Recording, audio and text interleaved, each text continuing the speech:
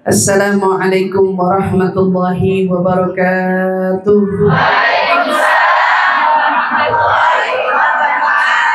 Alhamdulillahi rabbil alamin.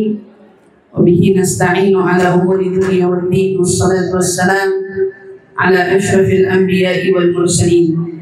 Sayyidina wa habibina wa syafi'ina wa qurrati a'yunina Muhammadin sallallahu alaihi wa ala alihi wa sahbihi wa sallam. Subhanaka la ilma lana illa ma 'allamtana innaka antal alimul hakim. Rabbi zidna ilma warzuqna fahma. Amin amin ya rabbal alamin. Allahumma inna nas'aluka ilman ladunni wal mashraba safil haniya wa habi ghani. Allahumma inna nas'aluka ilman ladunni wal mashraba safil haniya wa habi ghani. Allahumma inna nas'aluka ilman ladunni wal mashraba safil haniya wa habi ghani. Alhamdulillah, alhamdulillah. Limpahan syukur tiada hentinya kita panjatkan kepada Allah Subhanahu wa taala yang menganugerahkan kita berbagai macam anugerah yang berlimpah, yang mungkin dari nikmat yang kita sadari sampai nikmat yang tak lagi kita sadari. Namun dari itu semua kita bersyukur kepada Allah Subhanahu wa taala yang telah melimpahkan kepada kita nikmat-nikmat tersebut. Kalau bukan nikmatnya, niscaya kita hari ini tidak akan ada yang tersenyum di sini.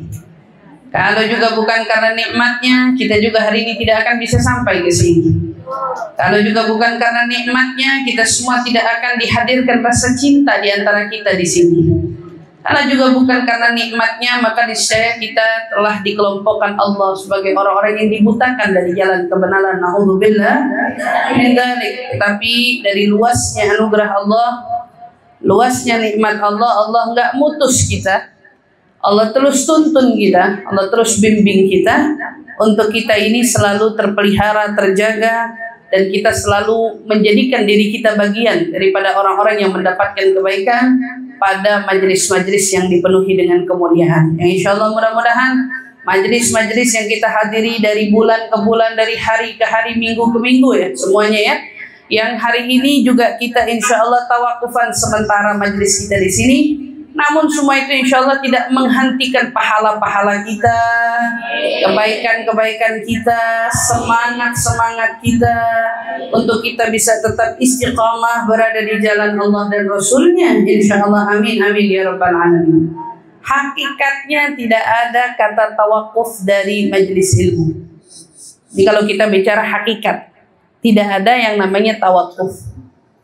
Walaupun ada kajian yang harus di stop sementara, nah, itu bilangnya tawakufan sementara lah ibaratnya. Semua itu memiliki tujuan di baliknya.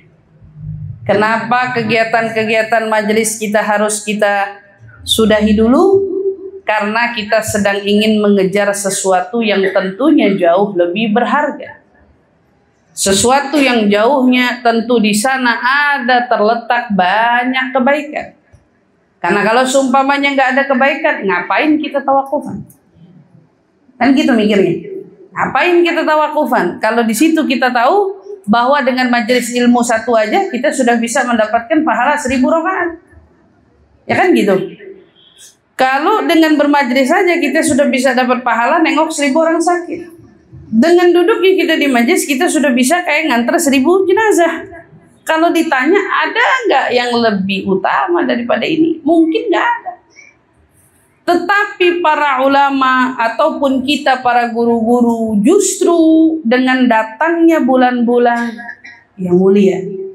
Seperti kita sekarang ini, kan kita ini lagi berada di bulan yang mulia. Yaitu di bulan Rajab. Yang kita sedang berada pada masih awal-awal Rajab ini ya. Masih berada di awal-awal Rajab. Kita ada di Rajab. Masih belum sampai tanggal 10 Rajab ini. Ya. Pas nih. Kirain saya masih 9 ini. Pas 10. Kirain 9 ada 10 ternyata. Alhamdulillah, masih 1 sampai 10 nih kita. Masih berada di awal banget. Kita berada di awal Rajab. Rajab itu banyak keajaiban-keajaiban yang ada. Rajab punya keajaiban-keajaibannya. Apalagi yang lebih ajaib daripada dosa yang diampuni. Kayaknya nggak ada. Karena kalau diukur-ukur dosa kita nih, kayaknya kita pun bertanya-tanya, diampuni nggak ya?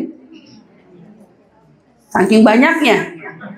Tapi dari Allah Subhanahu wa Ta'ala, zat yang punya nama Al-Ghaffar, Ar-Rahim, Ar-Rauf, At-Tawwab, dia yang punya nama itu semua, dia menjanjikan kita berbagai macam pengampunannya. Dan pengampunannya selalu datang, selalu dan selalu datang. Wabil khusus di bulan-bulan yang sudah Allah tujukan, memang kita di sana disuruh memperbanyak memohon pengampunan. Itu diantaranya bulan Rajab. Apa yang lebih ajaib dari dosa yang diampuni? Rasanya nggak ada. Kenapa? Karena kita mengukur diri kita ini. Kalau ada orang berbuat salah sama kita, kita tuh mikir beribu-ribu kali mau maafin dia. Kita kalau ada orang satu buat salah sama kita, kita mikir bahkan sampai umur kita nggak tahu berapa, baru kita bisa ngerelain dan maafin. Ada orang bikin salah sama kita, nggak serta-merta tuh kita dengan lapang dadanya mau maafin dia. Pasti tuh masih ada nyangkut rasa gimana, ada masih teringat sama tuh rasa sakitnya. Minim-minim tuh paling ya udahlah saya maafin tapi nggak mau lihat mukanya dulu. Gitu. Kan itu minim-minim, betul kan? Nah yang jadi pertanyaan kan, kita aja dengan satu kesalahan orang kepada kita, kita nggak sebaik itu untuk cepat memberi maaf. Lalu kita ukur diri kita yang kayaknya setiap hari nggak terhitung berapa banyak kekhilafan, kesalahan yang kita perbuat. Jadi kalau bicara tentang pengampunan itu keajaiban. Seperti layaknya orang yang sudah ternodai oleh suatu penyakit tertentu, maka kalau sembuh disebut dengan keajaiban. Jadi kalau ada orang dosanya diampuni sama Allah, berarti dia menjemput keajaiban. Dia mendapat keajaiban, dia mendapat keajaiban, kan gitu. Subhanallah. Ala inna fi ayyamid dahrikum nafahat, ala fata'arudullah. Kita diingetin, kita punya hari-hari yang disebut ya, hari-harinya Allah yang Allah berikan kepada kita dari umur yang kita punya. Di situ ada hari-hari yang mengandung banyak unsur kebaikan, banyak unsur keberuntungan, banyak unsur keberkahan, anugerah-anugerah pemberian Allah Subhanahu wa Ta'ala. Harinya itu ada. Sekarang tinggal kau mau jemput atau tidak. Artinya kesempatannya ada, mau dikejar apa enggak? Kita dikasih sa'ah mustajabah, ada waktu-waktu doa mustajab. Allah kasih kesempatannya, tergantung kita mau kejar apa enggak. Kan gitu. Bulan Rajab ini datang memberikan kita kesempatan, mau minta ampun apa kagak?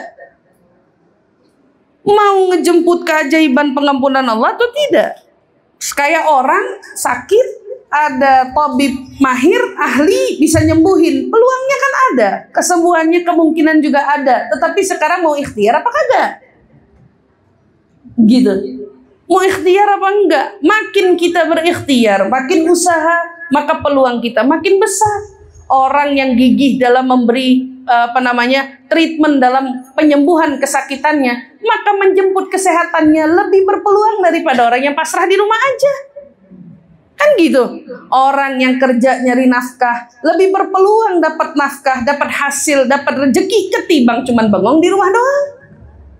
Itu kan hukum matematikanya, hukum logikanya begitu kan. Sekarang orang mau ampunan, tapi kerjaannya bengong doang. Gimana ceritanya? Pengen dapat keajaiban, dosanya diampunin sama Allah, tapi jarang beristighfar, jarang minta ampun, jarang ingat sama dosa lalu menyesali itu dosa. Gimana mau ngejemput keajaiban ampunan? Lah kita sekarang berada di bulan Rajab, lalu Rajab ini dijadikan momentum kesempatan kita untuk meraih si pengampunan ini kan. Keajaiban dari ampunan ini. Walaupun ustazah kan kita duduk di kajian juga ada pengampunan, betul. Bukannya nggak ada. Tapi justru sebagaimana seorang ulama Dzannun al-Masri rahimahullah ta'ala, beliau berkata apa? Katanya bulan Rajab ini bulannya kita apa? Untuk membersihkan diri dari dosa. Pokoknya kalau masuk bulan Rejab kita suruh bersihin diri kita dari dosa. Ayo, ya apalagi buat diri kita ini meninggalkan dosa, ngejauhin diri dari dosa kalau bukan diiringi dengan istighfar. Ayo, kalau kita selama ini sadar, ya Allah, emang ada nih watak buruk yang melekat sudah cukup lama sama diri ini. Masing-masing pada tahu dong watak buruknya apa. Beda-beda soalnya. Nah, orang masih sama semua. Watak buruk beda-beda. Bisa ada yang sama, bisa ada juga yang berbeda. Keumuman tiap orang ada yang watak buruknya hasut. Ada ternyata watak buruknya sombong. Ada juga ternyata watak buruknya bangga diri. Berasa paling hebat sendiri. Ada lagi watak buruknya apa? Suka merendah. Tapi bukan rendah hati, rendah diri. Itu juga watak buruk kan? Kok sama orang nungging? Sama orang kok sebegitunya?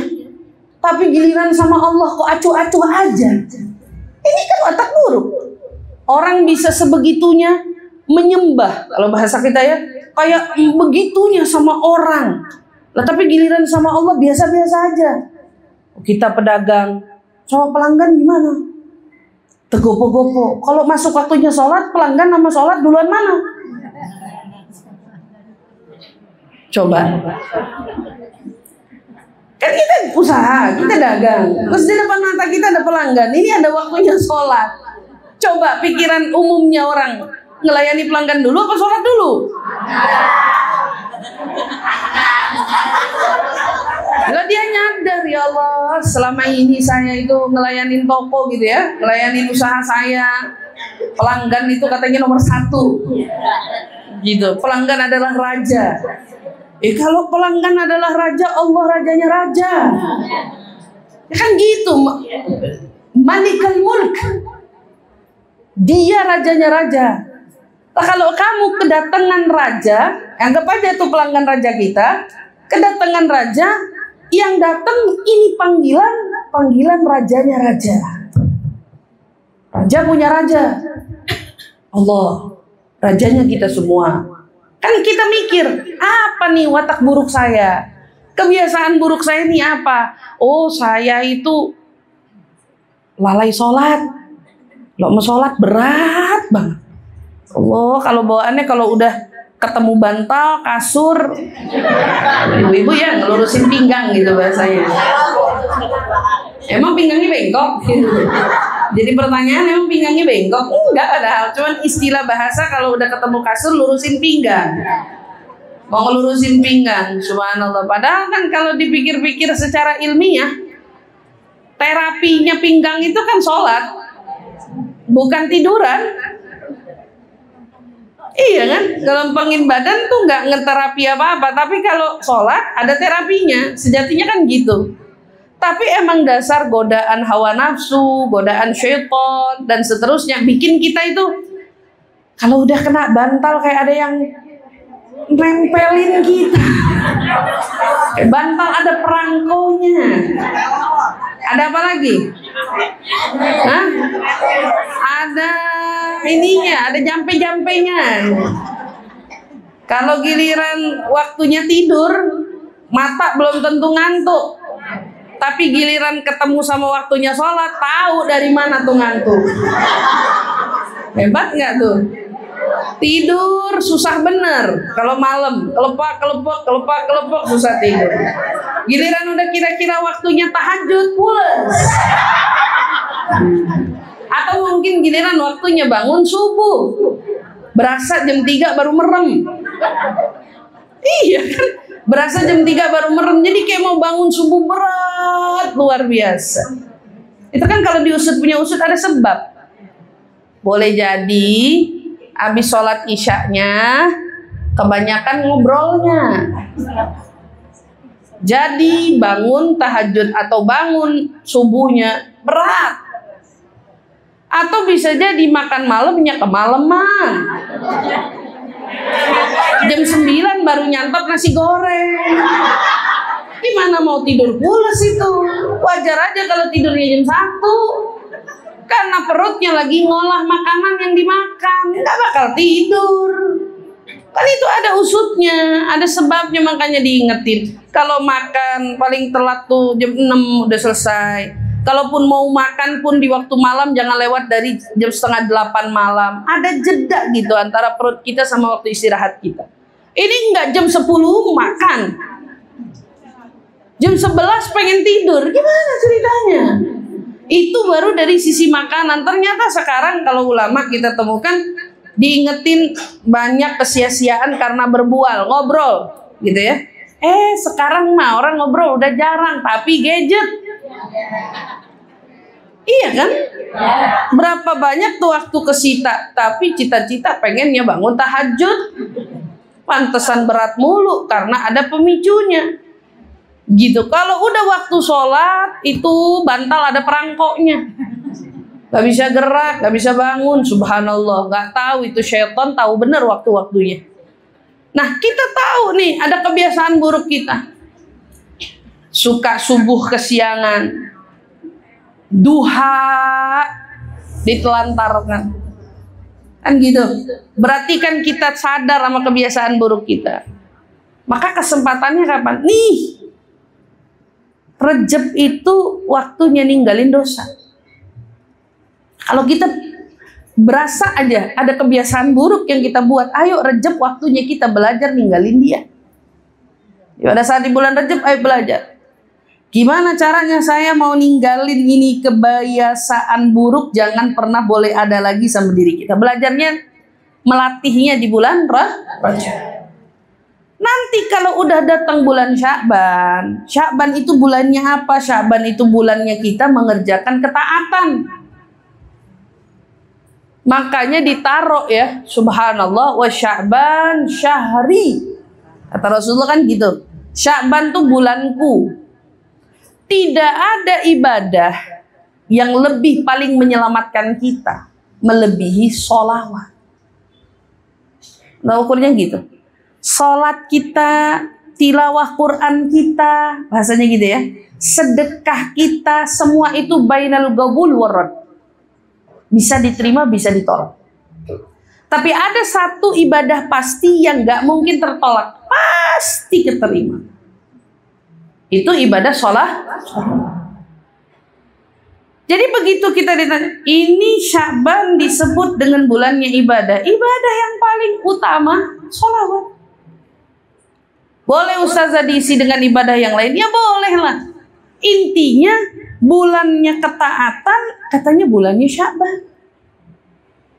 Di situ bulannya kita berusaha mengerjakan taat. Ya, kalau kita tahu Ramadan itu butuh tenaga, maka kan latihannya harus dari sekarang. Kalau Ramadan itu butuh siap siaga, lah kan persiapannya harus dari sekarang. Kan gitu. Pada datangnya bulan Ramadan kita disuruh nahan lapar dan haus. Tapi kan ada yang lebih menguntungkan dalam menahan lapar dan haus. Yang diuntungkan saat kita bisa menahan hati dari dosanya. Ya kan?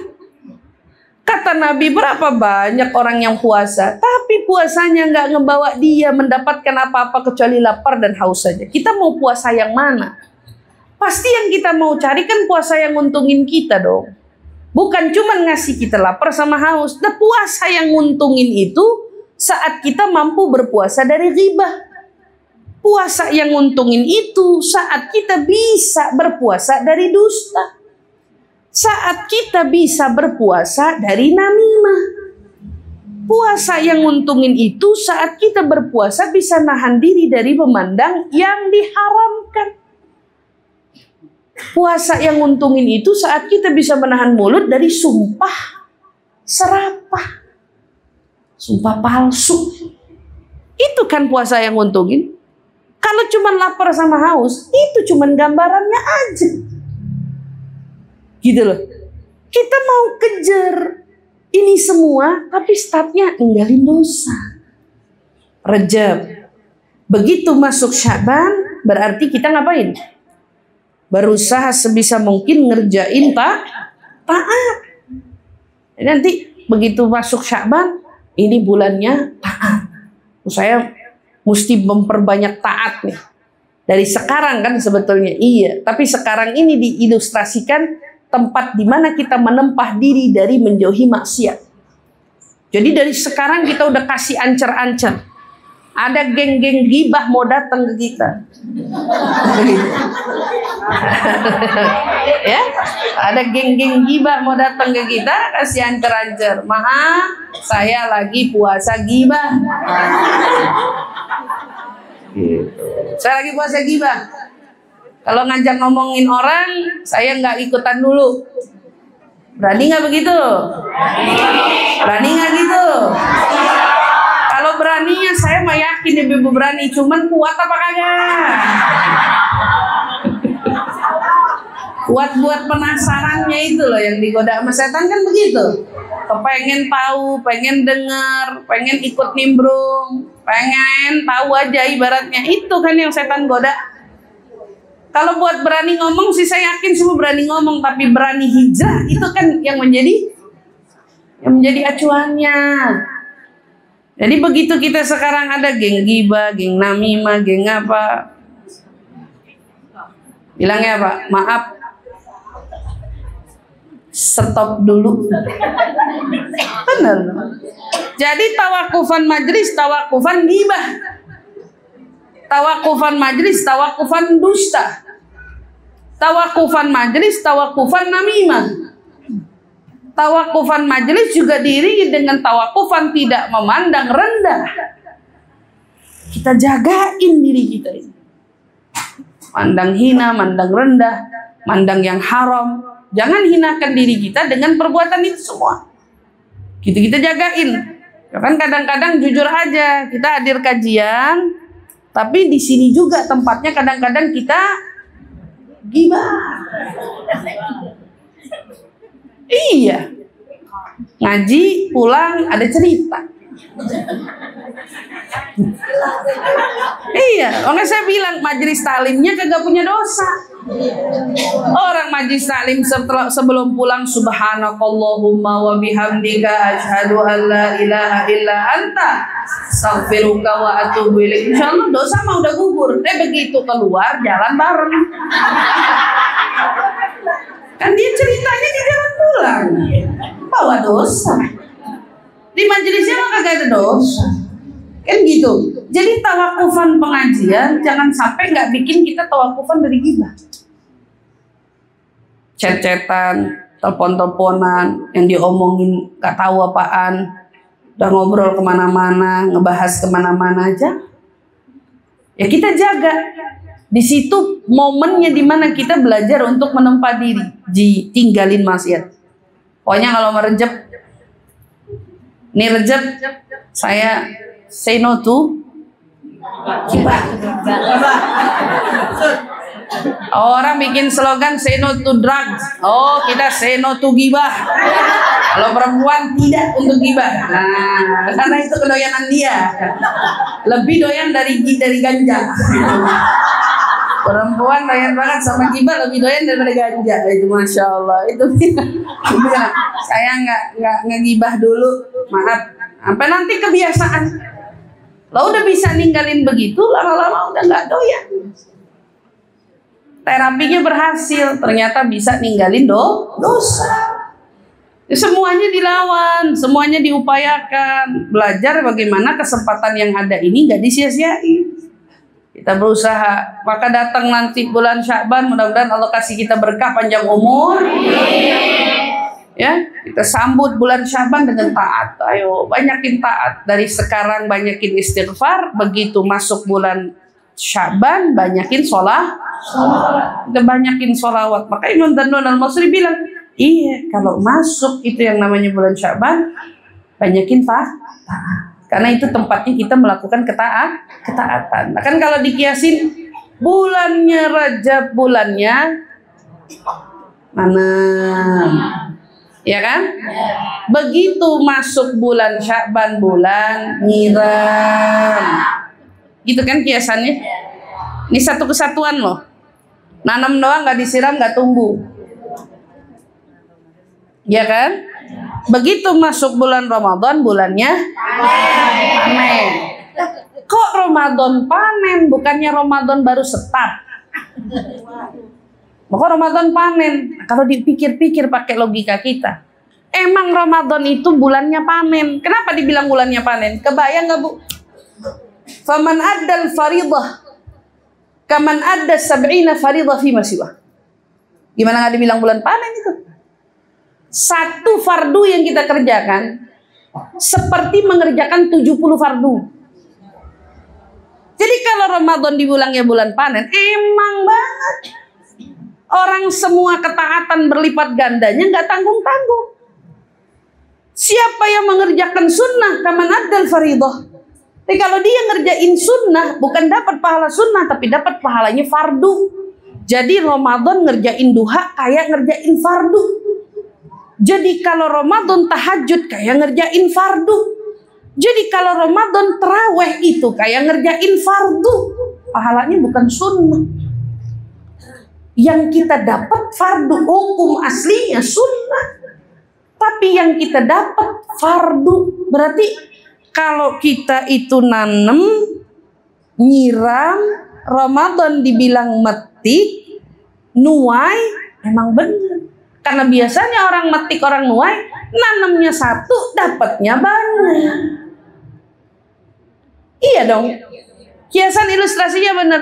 Jangan Rejabnya lewat, Sya'bannya lewat, Ramadan kejar apa? Kejar apa? Kejar target. Baru dia mau nanam, baru dia mau nyiram, baru dia mau nuain. Gimana caranya? Gitu loh. Ntar saya Ramadan aja. Ramadan terus saya kerja bakti dah.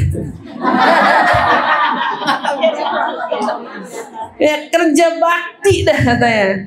Makanya Imam Danun Al-Masri katakannya bilang kalau Ramadan itu bulannya menanti kemuliaan. Kalau Ramadan kita nungguin kemuliaan. Kita termasuk orang yang dapat nggak? Itu tergantung di sini. Yakni di bulan Rejab ini kita ngapain? Udah bebersihan belum? Ngebersihin diri dari noda-noda dosa. Urusan sangkutan kita sama siapa aja kita benahin, kita urusin. Apalagi urusan utang. Punya utang, urusin. Kalau mau pinjol, orang yang kita ngutang itu kan gak sadar tuh. Mana, tahu-tahu didatengin aja sama Algojo. Depan rumahnya. Iya kan? Iya, Algojo mah yang begitu-begitu. Ke udah sampai lubang semut juga. Itu bakal nyamper. Tapi yang kesian, yang kita ngutang sama saudara-saudara muslim kita nih, Bu. Kadang ada juga orang-orang yang ngutang gak tahu diri. Udah ngutang, kan gitu ya. Waktunya bayar, handphone. Sebenarnya handphonenya kagak dimatiin, kita doang yang diblokir. Zolim gak? Zolim.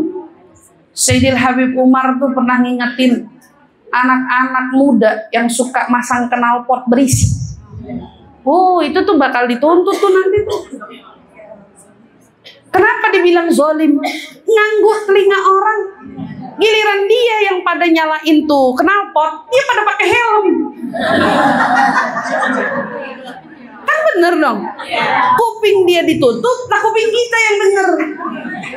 Bu, anak-anaknya kalau pada ganti-ganti knalpot komelin. Itu zolim mutlak. Kesian orang tua yang lagi istirahat, udah tahu rumahnya di dalam gang nempel-nempel. Apa manfaatnya emang ganti-ganti knalpot? Gak ada. Kecuali cuman ngebuat bising. Bukankah Islam ngajarin kita untuk jaga adab? Kan gitu. Knalpot ngeganggu aja. Itu ada ukurannya, ada perhitungannya. Lah sekarang orang ngutang, dia yang ngutang. Sudah ngutang galak. Umum kan? Ini udah ngutang galak, berasa nggak punya dosa. Belanja di depan muka orang yang ngutangin dia. Ditagih Mana yang lagi? Ditagih nggak punya uang. Tapi pulang dari mana-mana belanja mulu. Zalim nggak? Hati-hati. Orang yang dengan sengaja tidak mau bayar hutang sampai mati bawa utang. Udah pasti. Nah masalahnya orang kalau wafat bawa hutang tahu sendiri kan hukumannya. Bahkan Rasulullah aja kagak mau nyolatin orang yang punya hutang. Itu ingat baik-baik. Kita punya mental orang Islam, jangan mentalnya itu mental apa sekarang nggak tahu saya. Mental miskin. Kenapa dibilangi mental miskin? Soalnya diajarin minjem duit mulu. Itu emang pinjol ngajarin apa? Pinjol ngasih solusi apa ngasih kita beban? Tapi kenapa doyan amat?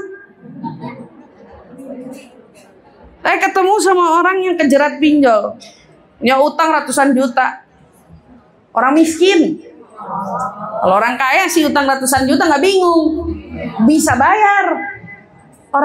Orang susah, orang miskin punya utang ratusan juta, bayarnya gimana? Dia bilang saya pasang badan, pasang badan digebukin, matiin kelar. Betul dong, pasang badan digebukin, dimatiin kelar. Nyawa kamu murah amat, saya bilang. 150 juta nyawa kamu, segitu ternyata. Ya Allah, ginjalnya aja harganya berapa dikasih sama Allah? Malu. Berapa banyak tuh berita kita tonton di televisi, pengen bunuh diri gara-gara utang kan? Yang utang dia, yang stres dia, yang ngabisin nyawanya dia. Lihat syaitan ngejerat kita kayak apa? Ini mentalnya miskin. Ya Allah, itu berawal dari hati yang gak mikir kalau berbuat. Tuh kalau mau ngapa-ngapain gak mikir. Kita punya tanggung jawab sama saudara kita sesama muslim. Ibu susah, butuh. Taruhlah kebutuhan kita minjem uang sama orang. Tapi tahu diri tanggung jawab. Kalau kagak bisa bayar, itu punya muka nyesel. Maafin, belum bisa bayar. Ini kalau zamannya ulama dulu, ini ada pengadilannya, Bu. Harus ngadep ke qadhi. Dan kalau dia sudah sampai masa waktunya nggak bisa bayar, di penjara pun boleh. Kan begitu. Ya zaman dulu gampang, masalah dikit datang ke qadhi dikelarin. Kalau zaman sekarang repot prosedurnya. Begitu kan? Repot prosedurnya, makanya orang udah nggak peduli lagi. Tapi yang kasihan saudara-saudara kita, dan kita bingung. Yang begini-begini nih saudaranya juga, yaitu orang-orang muslim juga. Yang kita perlu sadar, kalau udah nggak bisa bayar, orang tuh kan minta maaf. Minta maaf, kasih muka nyesel. Bilang kayak gantinya apa. Kan enak begitu. Atau saya kagak bisa bayar, mau itu ambil TV saya, motor. Kita lihat kesungguhannya. Itu Bu, rasa begitu, punya rasa sungguh-sungguh mau bayar, itu justru nganterin orang yang ngutangin kita ngelunasin. Karena iba. Pilih mana? Nahanin gengsi, tapi disumpahin sampai ke akhirat. Mau minta maaf ogah, mau ditagih marah, berarti gedein gengsi kan? Oh iya, jalan ke sana ke sini bisa, bayar utang nggak mampu, yang ngutangin ngomong apa kira-kira? Berasa dizolimin nggak? Kan berasa dizolimin. Saya bilang kalau diikhlasin kamu dapat pahala kayak sedekah gunung Uhud, gede pahalanya. Tapi ustazah kalau saya kagak rela, boleh. Islam tidak sebegitu naifnya. Karena ini menyangkut haknya orang. Jadi kalau saya kagak mau ikhlasin boleh ustazah. Hak kamu kan, duit-duit kamu, urusan kamu. Tapi barangkali kalau ada yang mau pahala lebih, Begitu ada model-model orang yang megelin begitu, ikhlasin aja, kamu kayak sedekah sebesar gunung Uhud. Udah gitu, oh besar banget tuh pahalanya. Paling kalau kita sedekah sebesar gunung Uhud, ngumpulin duit dari mana? Kan simple, mikirinnya begitu. Jadi kalau ada orang susah kita mau tolong, ikhlasin aja dah. Tapi kalau orang belagu, nah ini orang belagu, gimana nih urusannya? Boleh nggak usah dikasih pelajaran? Pelajarannya apa? Nggak usah doain yang macem-macem. Tagih aja di akhirat. Jangan ngotorin mulut di dunia, ngapain? Karena di sana ada hitung-hitungan yang lebih jelas.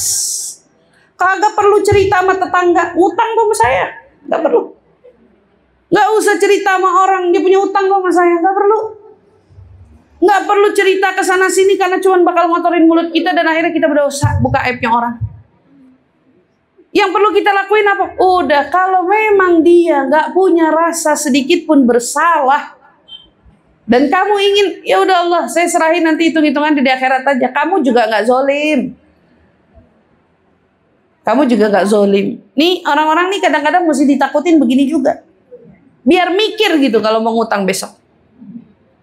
Kalau mau ngutang-ngutang tuh mikir. Karena urusan utang itu, walaupun hanya 1 perak, di akhirat pasti bakal dihitung. Uang saya nyangkut 500 perak, naik Grab. Tadi. Makanya kita mendingan. Jangan kita yang kekurangan ke dia, mendingan dia yang kurang balikin duit ke kita. Kalau dia yang kurang balikin duit ke kita, seenggaknya kita yang paham hukum, halalin dia. Ya kan gitu. Tapi kalau misalnya kita yang kurang, dia halalin kita, jangan percaya. Bener. Karena babul ihtiyat itu penting. Kita mendingan jaga-jaga. Kalau orang, insya Allah hati kita diajarin lapang. Biarin. Kalau haknya orang, saya sedekahin.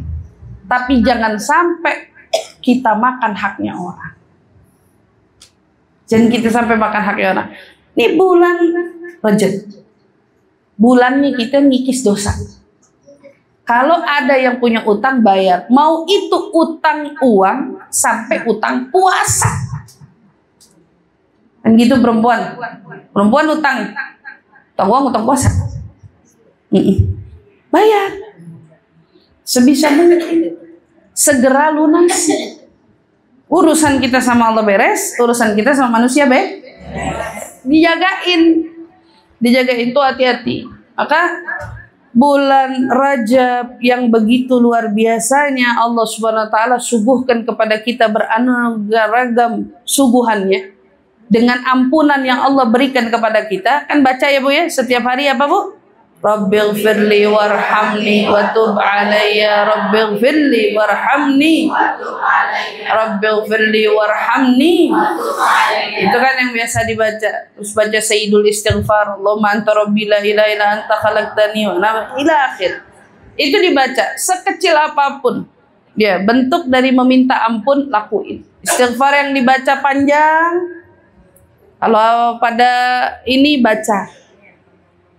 Kalau nggak bisa, maksudnya kelengahan mulu gitu, setidaknya di waktu-waktu berharga seperti malam Jumat, hari Jumat, gitu ya, itu dibaca. Kesempatannya berharga gitu, baca. Pokoknya bulan Rajab bulannya kita antisipasi diri dari dosa, singkirkan dosa, bersihkan dosa, bentengi diri dari dosa. Nanti ketemu Rajab siapin diri. Ya Allah, taat. Halummu anfusakum ilaih.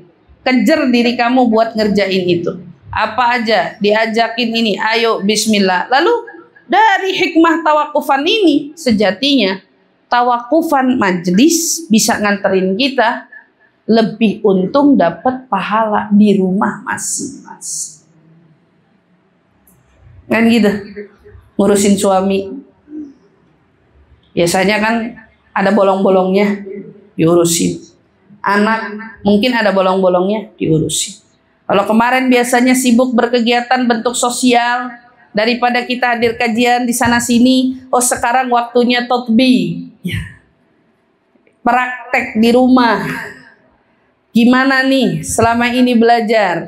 Jadi momennya tawakuf, momennya evaluasi. Kata orang-orang bilang, ustazah tawakufan kita murid sedih, ustazah magira.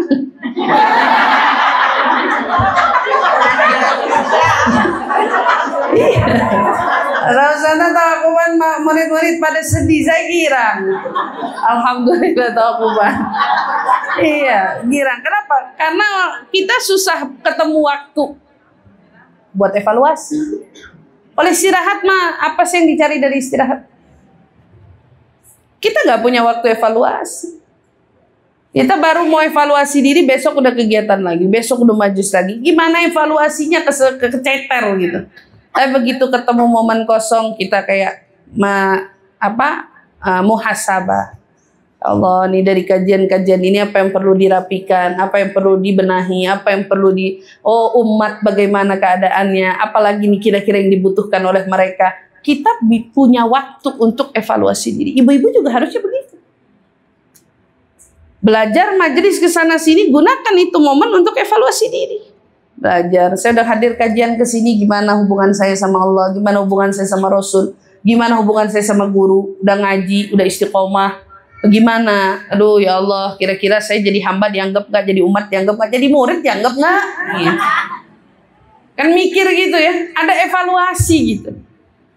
Yang nyadarin kita sama apa yang kita bersangkutan hari ini dalam ilmu. Malah adab saya udah benar belum sama Allah, adab saya udah benar belum sama Rasul, adab saya udah benar belum sama guru, sama pasangan, sama orang tua kalau masih ada, kan diajari. Gitu. Maka Sya'ban kejar. Begitu datang Ramadan, insya Allah kita udah kelatih. Ngejar rahmatnya, ngejar ampunannya, ngejar pembebasannya dari Allah Subhanahu Wa Taala, rahmatnya yang berlimpah ruah, ampunannya yang lagi tak pandang siapa kita, kecuali hanya beberapa gelintir orang yang jelas di Ramadan gak akan dapat ampunannya wala rahmatnya. Kalau udah rahmat ampunan gak dapat, apalagi bebas dari api nerakanya. Siapa mereka? Agul walidain, durhaka orang tua. Nah, jangankan Ramadan, nisfu Sya'ban, nanti malam di mana Allah melihat seluruh hati para hamba-hambanya, maka yang akan Allah lihat siapa? Ada nggak di hati saudara-saudara muslim ini yang saling berseteru, nggak akuran, nggak cocokan, berantem, nggak damai? Ini salah satu orang yang nggak dipandang sama Allah pada malam Lailatul Nisfu Sya'ban. Begitu juga dengan durhaka orang tua, Allah nggak maafin ini. Padahal di malam nisfu Sya'ban Allah ampunin dosa-dosa. Itu sebanyak-banyaknya bulu domba kambingnya Bani Mudhar kalau saya tidak salah. Bani Kilab saya lupa. Itu banyak kambingnya, terkenal. Ya singkatnya Allah ampunin dosa. Dipandangin hatinya seluruh para makhluknya, hamba-hambanya. Diangkat catatannya, diganti dengan catatan yang baru dan lain sebagainya. Itu kan malam nisfu Sya'ban. Berarti kan bulan depan nih yang kita persiapkan, karena kan di majelis ini mungkin udah nggak ada, jadi saya bahas sekarang. Pada saat itu momen itu persiapan nih ketemu nisfu Sya'ban, nyiapin diri. Yang masih kayak kurang bener sama orang tua, minta maaf buru-buru. Masih punya hubungan yang diputus, sambungin buru-buru. Nauzubillah min dzalik. Insyaallah sih kalau ibu-ibu saya yakin kagak ada yang miras. Tapi yang saya ragu anak-anaknya. Anak-anak kita Masya Allah sekarang. Keadaannya kita perlu doakan tuh mereka semua. Ya, kayaknya miras itu sudah tidak lagi menjadi acuan yang sebagaimana terlarangnya. Secara beli di warung juga ada. Beli di sebelah juga ada, gitu kan? Dapat yang mereka mau tuh ada, dan itu menjadi hal yang lumrah. Apalagi anak-anak kita dengan pergaulan yang salah, haram, dilarang keras. Bahkan untuk urusan miras ini Bu, jangankan yang minum, yang kerja, jadi kurir yang ngantar barangnya ikut kecipratan laknat Allah kepadanya. Bayangin. Siapa lagi? Bartender. Itu yang di bar ngeracik, minum mah kagak, ngeracik doang. Sama security yang jaga di depan pintunya, kena juga. Hanya semua kalau udah kenal sama yang begitu-begitu, jauhin. Kagak ada berkahnya, nggak ada baiknya. Itu sudah diperingatkan pada malam nisfu Sya'ban. Jangan sampai kelanjutan ke Ramadan. Karena kalau udah Ramadan, itu sudah sampai didoain sama malaikat Jibril. Rasulullah mau naik ke mimbar, man adrak Ramadan. Ya. Tapi dia masih durhaka sama orang tuanya, Allah tidak akan mengampuninya. Gul amin. Rasulullah dipaksa buat bilang amin. Fagultu amin. Diaminin sama Rasulullah. Iya. Yang durhaka sama orang tua nggak bakal dapat ampunan Allah di Ramadan. Amin. Siapa yang mutusin tali silaturahminya, gitu ya, baratnya. Masuk Ramadan, nggak bakal dapat rahmatnya Allah. Bilang amin. Fagultu amin. Begitu juga mudbinul khamr. Terus si penimbun, penjual, kurir, pengantar, ya, penuang, ya, penjaga kafenya atau apanya, semua menjadi satu kesatuannya.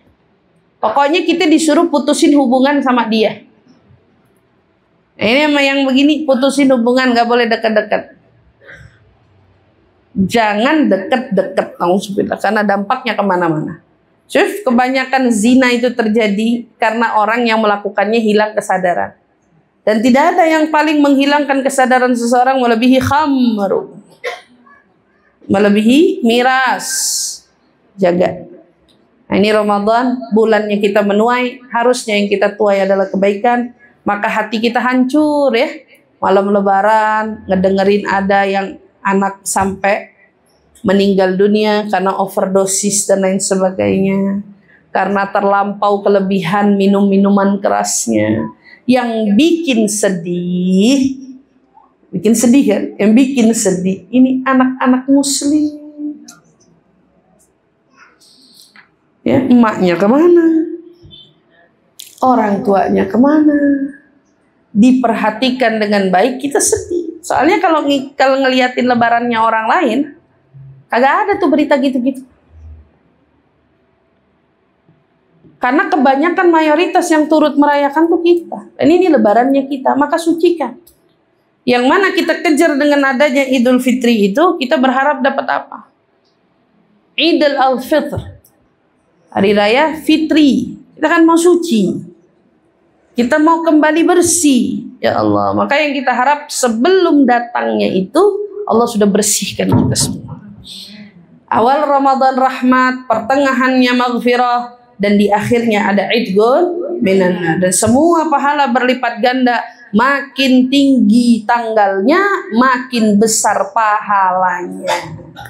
Dan gitu kalau Ramadan ya, tolak ukurnya makin tinggi tanggalnya, makin besar pahalanya. Terus kelipatannya makin luar biasa. Ya, pahalanya makin tambah luar biasa, masya Allah. Maka mudah-mudahan Allah Subhanahu Wa Taala berikan kita kesehatan, keafiatan, keselamatan, ya.